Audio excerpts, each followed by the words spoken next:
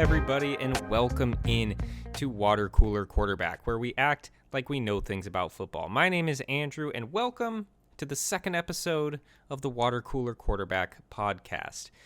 Just like last time, we've got a whole bunch of NFL stuff to go through. A whole week of games has just finished up, and of course, we're also going to be looking ahead to the Thanksgiving slate of games and all the games we got coming up this weekend. So, without any further ado, let's just go ahead and get right into it. Starting off with a game from this past weekend that was looking a little rough there for a while, but the Lions overcome a 2-score deficit to get the win at home against the Chicago Bears. And we got to start with this game because Justin Fields in his first game back was looking like he was going to lead a team that is otherwise relatively down and out in the Chicago Bears to a huge victory over a division opponent.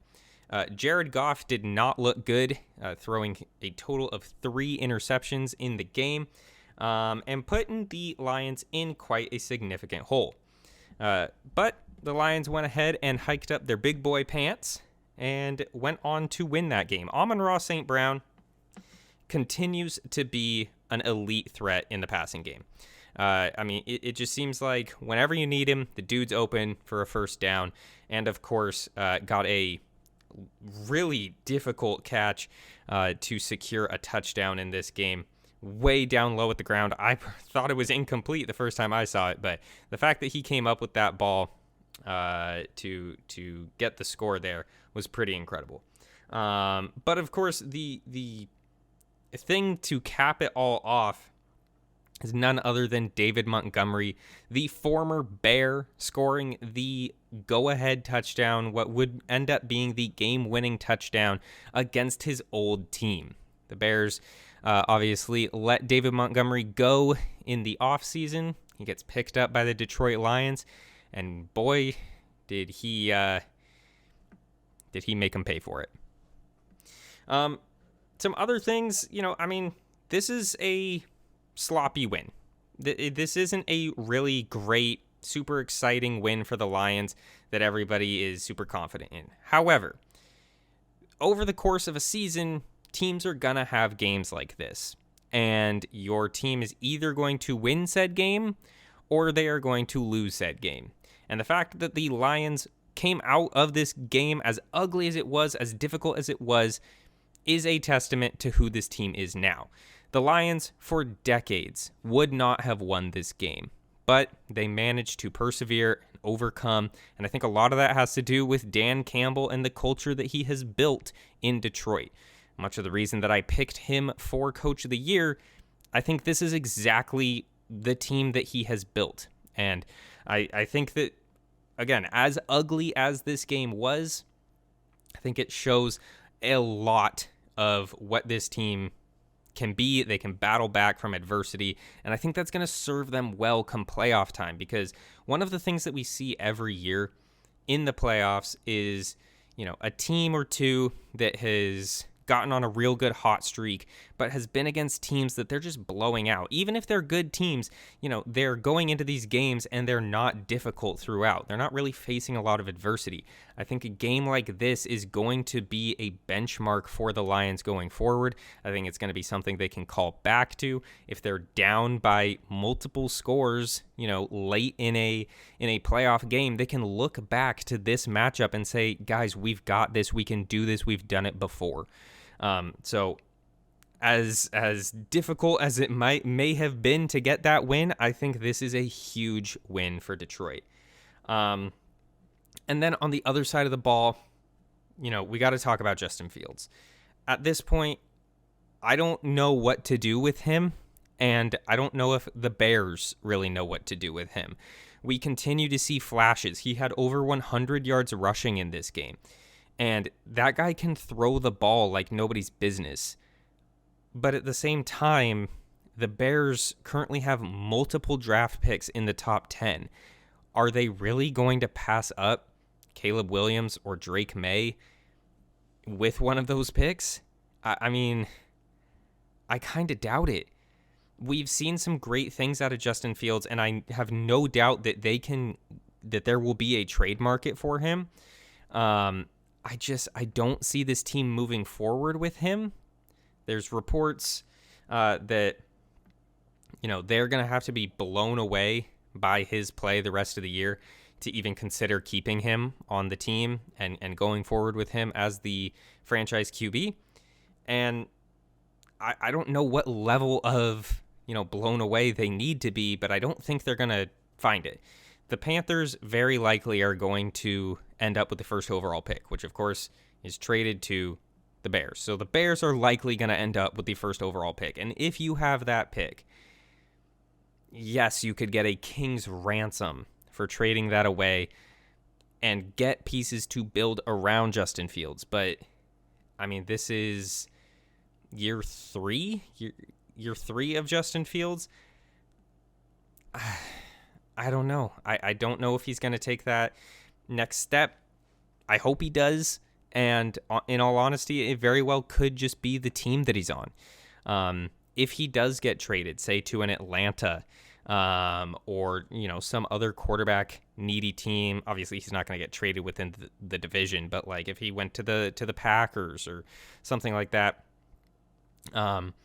maybe an AFC QB needy team in the AFC, I wouldn't be surprised if he does find a lot of success there. I think this guy, I've been on the Justin Fields train for a very long time, and I think that he can find success.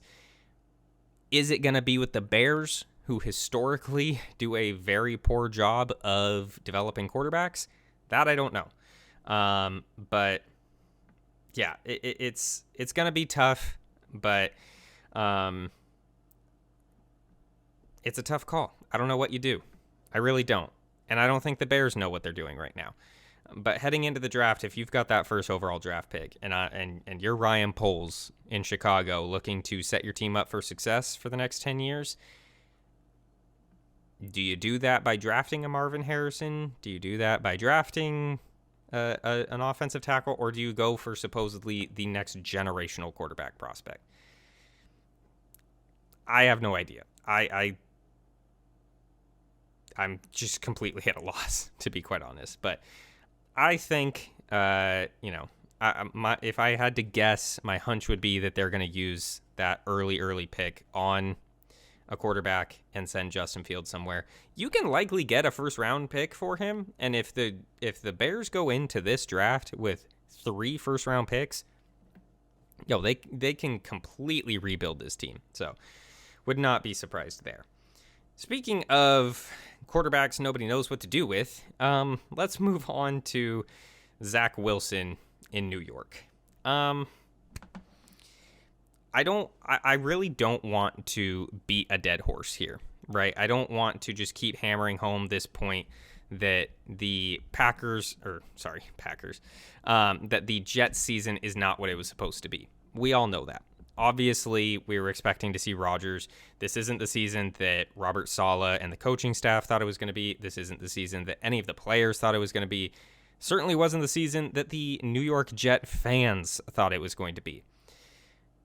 But Zach Wilson, we just got word today, as of the day of recording this, which is Monday, that Zach Wilson has, in fact, been benched. And they're moving forward with Tim Boyle. I think, unfortunately, this is long overdue. And I hate saying that because, as we talked about last week, I don't root for failure. I want everyone in the league to find success. I have no ties to the New York Jets at all. I don't care. But I would love if Zach Wilson found success. It's just not happening. The team has stuck with him as long as they possibly can. And respect to Robert Saleh and that coaching staff and the team for saying, you know what, we're going to stick by our guy. We have faith in him. We believe that he can be the guy we need him to be, but it's just not going to happen.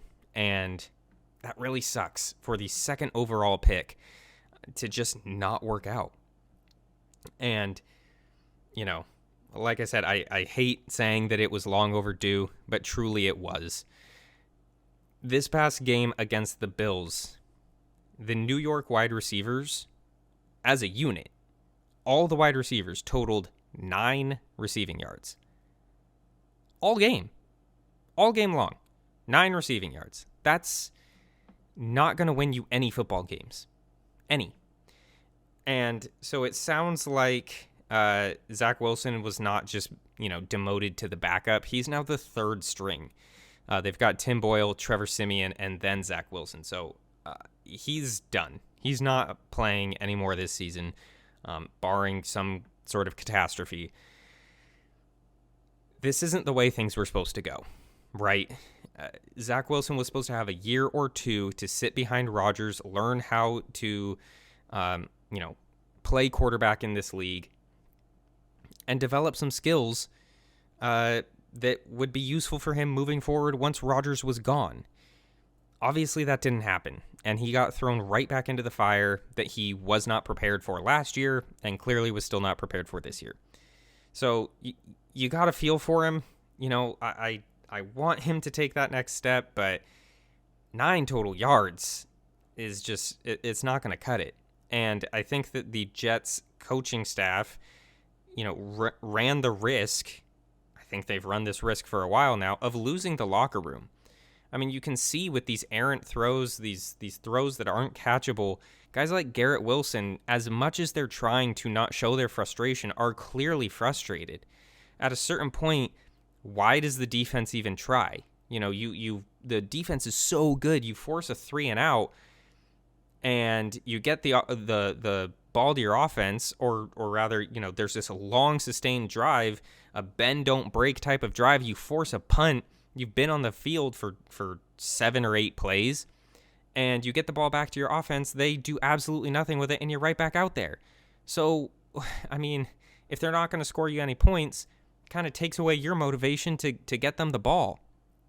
Why risk, you getting hurt trying to make a great play on a ball if your offense isn't going to do anything with it anyway? Garrett Wilson or Allen Lazard, any of the wide receivers, there was a play in this game against the Bills where Garrett Wilson runs a beautiful, and I mean unbelievable, double move and just leaves his defender in the dust, wide open, and Zach Wilson can't hit him. Some of it you can probably blame on the offensive line, but what motivation does Garrett Wilson and all of the other receivers have to run those routes as effectively as they can if the ball is not going to get to them anyway? So it's really unfortunate. I hate seeing stuff like this, but it's time. The Jets have benched Zach Wilson. There's talk of Aaron Rodgers coming back to practice as early as December 2nd. I don't think that's going to happen. I think that is medically irresponsible. And B, I don't think the Jets are going to be in a position where him coming back even makes any sense. They're not playing well, and I don't think that Tim Boyle's going to come in and salvage enough of the season to warrant Rodgers coming back in for the last handful of weeks. I think Rodgers is just going to be out. All of this talk about him coming back so quickly and getting back in there for a last-minute playoff push, I don't think it's happening. I wouldn't get my hopes up if that's what you think is going to be happening, but I mean, it could, never say never, but the Jets are in a really tough spot. Hopefully, everyone is good to go and healthy for next season. Rodgers can stay healthy for longer than half a drive, and they can actually have the season they were meant to have this season. So, but yeah, that's kind of the state of things in New York. I don't want to talk about the other New York team, but I mean, to briefly touch on the Giants, Tommy DeVito had a 3-touchdown, 0-interception game and led the Giants to a win over the Washington Commanders. Going into Washington and coming away with the upset over a division opponent, that's pretty sweet. And I mean, it's really great for me as a Cardinals fan when it comes to draft order. So thank you, Tommy DeVito. But moving over to Pittsburgh, man, kind of the theme of this is negativity right now. And I don't usually like doing that, but there's just things we've got to talk about that are not going well. The Pittsburgh offense is truly one of the worst I've ever seen. The Jets' offense is terrible, but that's because they've got their backup quarterback in. So you can kind of not excuse it, but you can say, like, okay, I get why. The Steelers don't have their backup in. Kenny Pickett is their starting quarterback, and they can't move the ball at all. They're just not good. This past week, Kenny Pickett barely reached triple digits in terms of passing yards. He had 109 yards through the air. That does not work in today's NFL. Pittsburgh did have 172 yards on the ground, but 74 of those yards came on one big run that busted through for a touchdown by Jaylen Warren. So outside of that, right, they had less than 100 yards on the ground. That touchdown run that broke free by Jaylen Warren was the only touchdown of the day for Pittsburgh. So save for a busted play defensively and a beautiful run by their seemingly backup running back, Pittsburgh couldn't score hardly anything. They got one field goal outside of that one play. Kenny Pickett is routinely out of sync with his wide receivers. And once again, the Pittsburgh Steelers, like every other game this season, were outgained in terms of total yards. Somehow this team is still above 500 and alive in the playoff race, but this level of play is just not sustainable. And folks have been calling for Matt Canada, the offensive coordinator, to get out of there for a long, long time. But, as much as his offensive scheme may not be the answer in Pittsburgh, I also think that the playmakers just need to be better. And, Kenny Pickett's got to throw the ball better. Receivers got to be able to catch. Offensive line has to make holes for the runners. I don't know. The Steelers' defense is good enough to keep them in games. And that seems to be the Steelers' MO. Like, just keep things really tight until late in the fourth quarter, where they can mount some sort of drive to get the game-winning field goal, game-winning touchdown. As long as the game is tight late in the game, they can sneak that final score and walk away with a W. I don't think that's going to work come playoff time. That's not going to work when you got to play against the Chiefs, the Dolphins, the Ravens. I mean, they've beat the Ravens this season, but I don't think that's going to happen again if they keep up this style of play. So I'm not entirely certain what the answer is in Pittsburgh, but, there's got to be something. Something's got to change, and I'm really not sold on anyone involved in that offense. I'm not sold on George Pickens and his, antics. Whether or not he even wants to be there is kind of in question. Deontay Johnson is solid, but the ball just can never get to him. Honestly, the only piece that I have any real faith in on the Steelers offense is Jaylen Warren, who has established himself as clearly the best guy in the backfield there over Najee Harris. But Najee Harris routinely is getting more touches. So I don't understand why the one guy on their offense that we can actually have faith in isn't getting the ball. Maybe you look back at Matt Canada for that one. But whatever it is, they've got a winning record right now. It's working. As long as they can keep that up, I think they'll be okay come the end of the season. But postseason, I don't know if they're going to be doing too well. Now, I am recording this right after the Monday night game where the Philadelphia Eagles went into Kansas City and took down the Chiefs. This was a really exciting game. The build-up to this all week was insane. People were so pumped for this game, the rematch of last year's Super Bowl. And I do think it lived up to the hype. This was a defensive battle for much of the game. Right? The Chiefs' defense is significantly underrated. They have been very, very good all year. And then Philly, of course, their defense is great, and their offense was struggling to get things going at times as well. Something I noticed was just the amount of screen passes that the Eagles were running. Every once in a while, one would break open, but it seemed like the Chiefs were just teeing off on that. I'm not sure what is going on there, why that seemed to be their only play call for a drive and a half, but, they came away with a win, so it all works out in the end. It doesn't matter. But for much of that game, the Chiefs were in control, and it looked like it was going to be that way all the way until the end. Things kind of broke open towards the end of it. Beautiful pitch and catch from Jalen Hurts to Devonta Smith down at the 1 yard line. And whenever the ball gets down to the 1 yard line, you already know what Philly's going to do. It's time for the tush push. Go ahead and get that go ahead touchdown.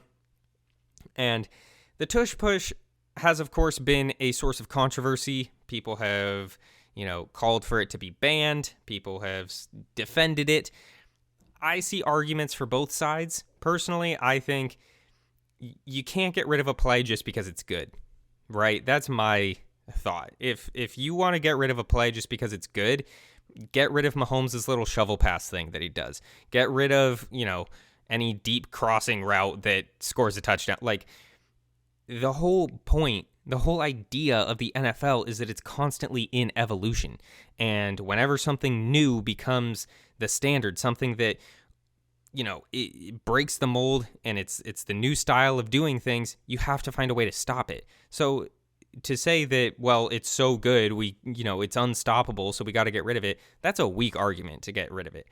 If your argument to get rid of it is injury or just how sloppy it is, that I kind of understand, because it is just a massive pile of 22 bodies all clambering over each other. So it is liable for some injury there. I don't doubt that. The other thing is it's nearly impossible to spot the ball. In most cases, especially because Philadelphia runs it so well, it's pretty obvious when they cross the first down line or the goal line, and it's not really a question whether or not Jalen Hurts made it across.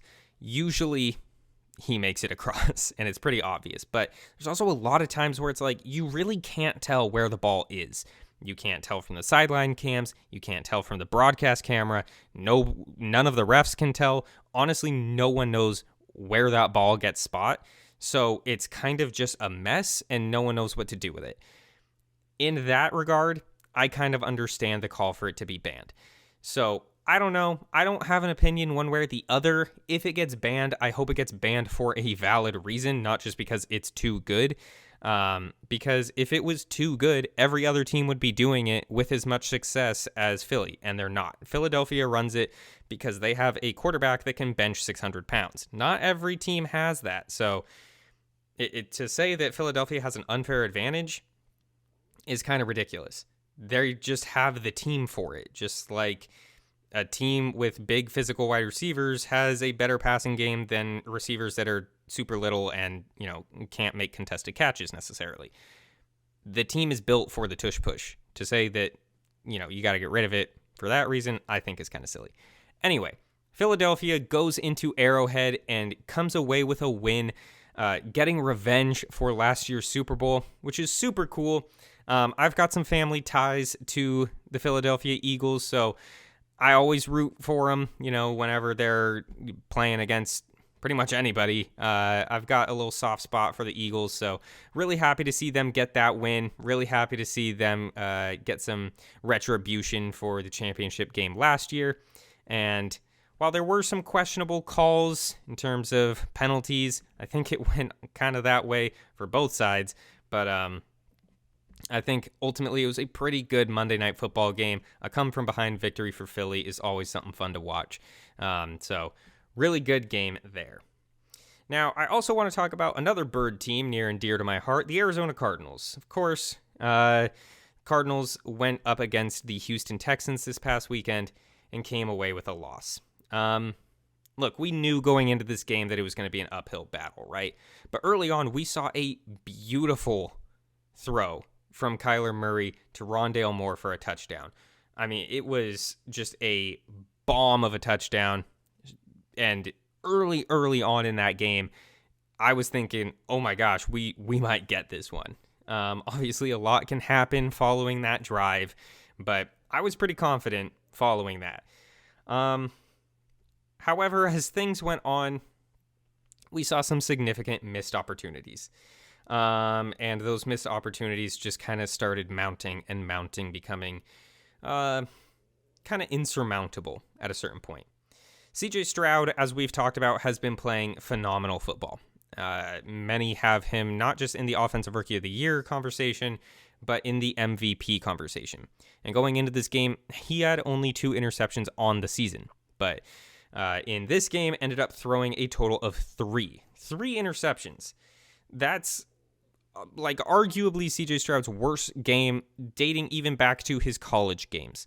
But for whatever reason, even with the takeaways, the Cardinals offense was just inept and couldn't capitalize on these things. The Cardinals offense has got to be better. And, some of it I'll throw on Kyler. There was a throw to Trey McBride, I believe it was on a 4th down, that easily could have been completed if he just gets the ball up a little bit more. Little imperfections like that end up costing you the game. And so it's really unfortunate that game went the way that it did. Of course, it's only Kyler's 2nd game back, still knocking off some of the rust. I think the first game in front of the home crowd, I think was a little bit of Murray magic. And I think we saw sort of the, hey, I haven't played in almost a year type Kyler Murray this past week. So I think slowly but surely things will get a little bit better on that end. But this Cardinals team is and has been all year very, very competitive, but still gets these reality checks every once in a while. And there's still a fair number of pieces away from true contention. They can stay competitive in these games, but not necessarily competitive on, a league type scope. They can keep any game close, but they end up losing them. They're not quite ready to compete with the league overall. But of course, with all the draft picks that they've got going into this next year, I believe they have 13 draft picks, and they'll have somewhere like $80 million in cap space. There's a lot of change that can come for this team. So I've got a lot of faith in them moving forward, especially, we've only had 1 year of Jonathan Gannon and Monty Austinfort, but I have full faith in those guys to make the right choices. This past year with their draft picks, free agency, the moves that they have been making clearly shows a different style of organization than the previous regime. So I'm pretty happy with them, and I think things can turn around pretty quickly. That said, there were some good things to come out of this game for the Cardinals. Specifically, I'm pretty happy with the defense. Forcing 3 interceptions on CJ Stroud specifically is no easy feat. So I will definitely give credit to that Cardinals defense. Everyone except for you, Marco Wilson, deserves some credit.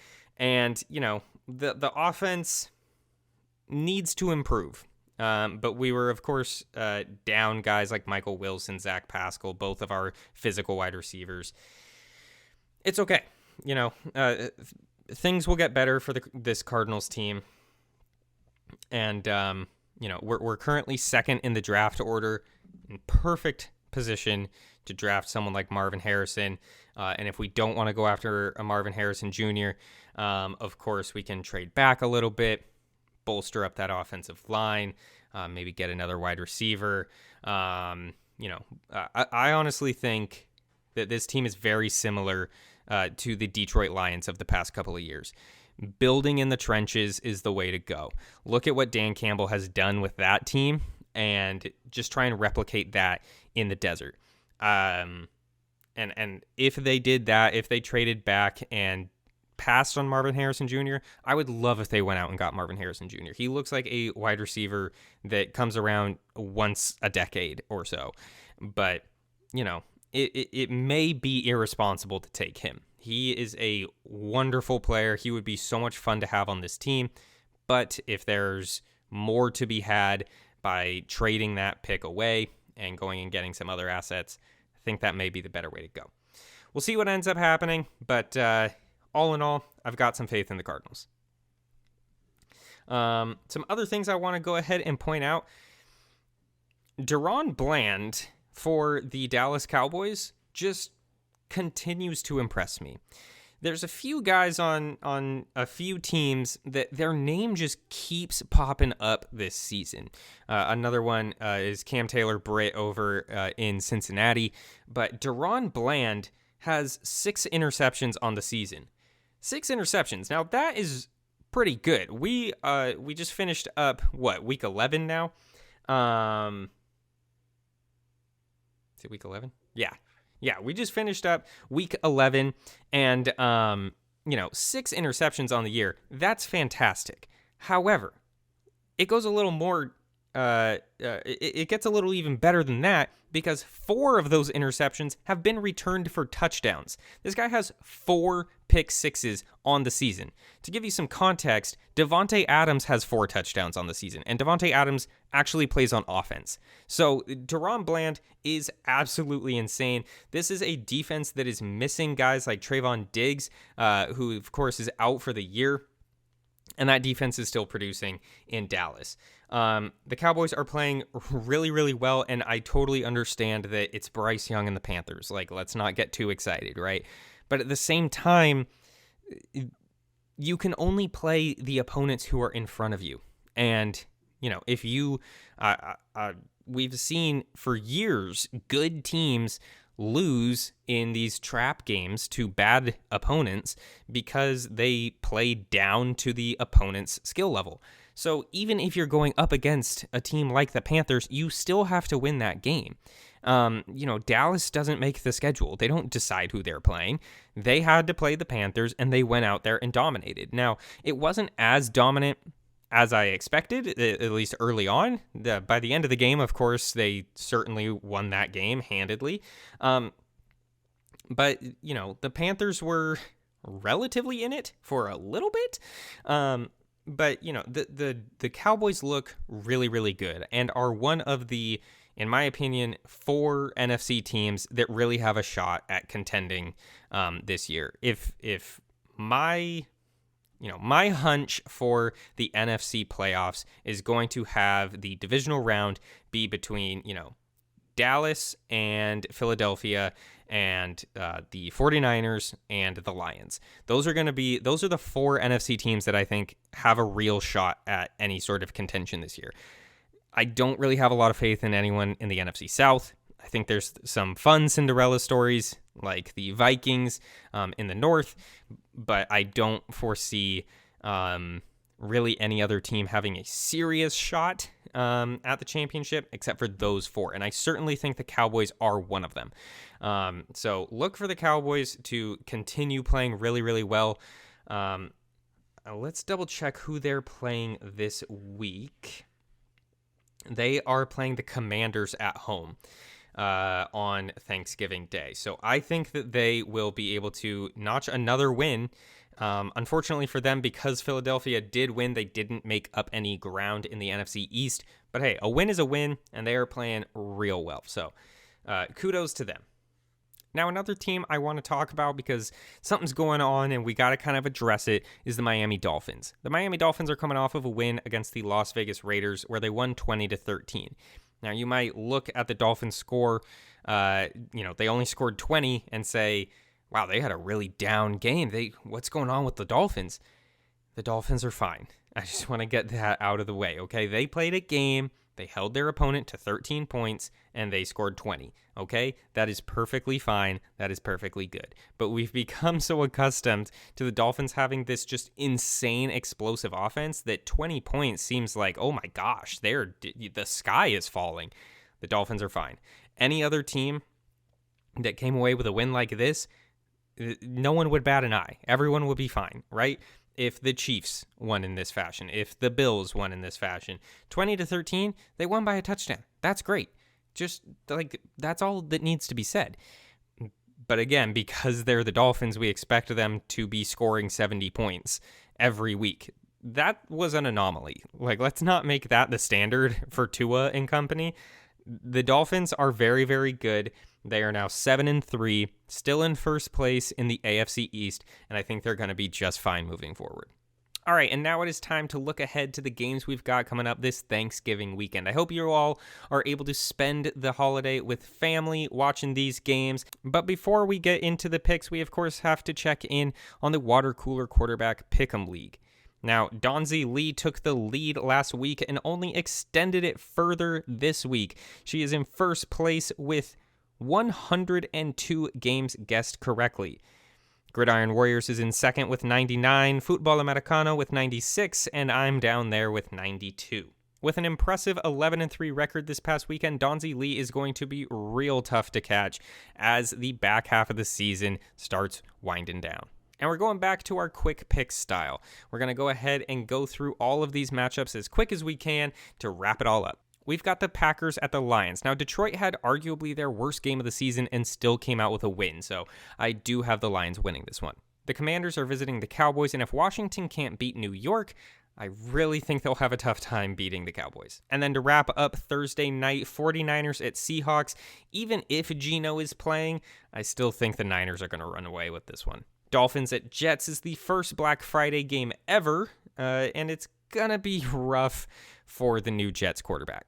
Then we have the Saints at the Falcons, and I don't care who they're playing. If Arthur Smith refuses to get the ball to his playmakers, the Falcons are going to lose. So, Saints win this one. The Steelers at the Bengals. With Joe Burrow out for the year, the Steelers will probably win another nonsensical game, but I mean, that's all that matters is the win-loss column, I guess. Following that, we have the Panthers and Titans. And, wow, I don't really like either of these teams, but the Titans' defense is pretty good, so I'll go with them. Buccaneers at Colts. Mayfield versus Minshew is going to be a wild game for better or worse, but I've got more faith in the Buccaneers' defense than the Colts. Then we've got the Patriots at the Giants, and while this game isn't super important for any standings this year, it is critical to the draft order next year. Then we've got the Jaguars at the Texans, and this AFC South battle will likely decide the division down the stretch. And with the Texans having already beat the Jaguars once before this season, I've got the Texans winning this one as well. After that, we have the Browns at the Broncos, and DTR and that defense versus Russell Wilson and the resurgent Broncos is going to be quite the game, but I'm going to have to go with Denver at home on this one. For Rams at Cardinals, I've got faith in the Cardinals despite the loss this past week. Is it blind faith? Maybe, but faith nonetheless. Chiefs at Raiders. We can't count the Raiders out anymore, but who are we kidding? It's the Chiefs. Coming off of a loss, I don't think they're going to lose 2 in a row. Now, Bills at Eagles. Well, the Bills did come back and look more like the Bills we expect this past week, but the Eagles coming off of a big win on a 4-game win streak, I think the Eagles keep it rolling against Buffalo. And then Ravens at Chargers, I don't know, maybe a primetime blowout could get a new coach for LA. I mean, that's a silver lining, right? And then finally, the Bears at the Vikings. The Bears almost took down the Lions, and Justin Fields looks like his old self, so I've actually got the Bears winning this one in an upset. Is it considered an upset? I mean, they're playing against a backup quarterback. I don't know. I've got the Bears winning. But that is going to do it for today's episode of Watercooler Quarterback. Please go ahead and drop a like and a subscribe so that you always know when these videos are coming out. Until next time, my name is Andrew. This is Watercooler Quarterback, and I'll see you later. Bye-bye.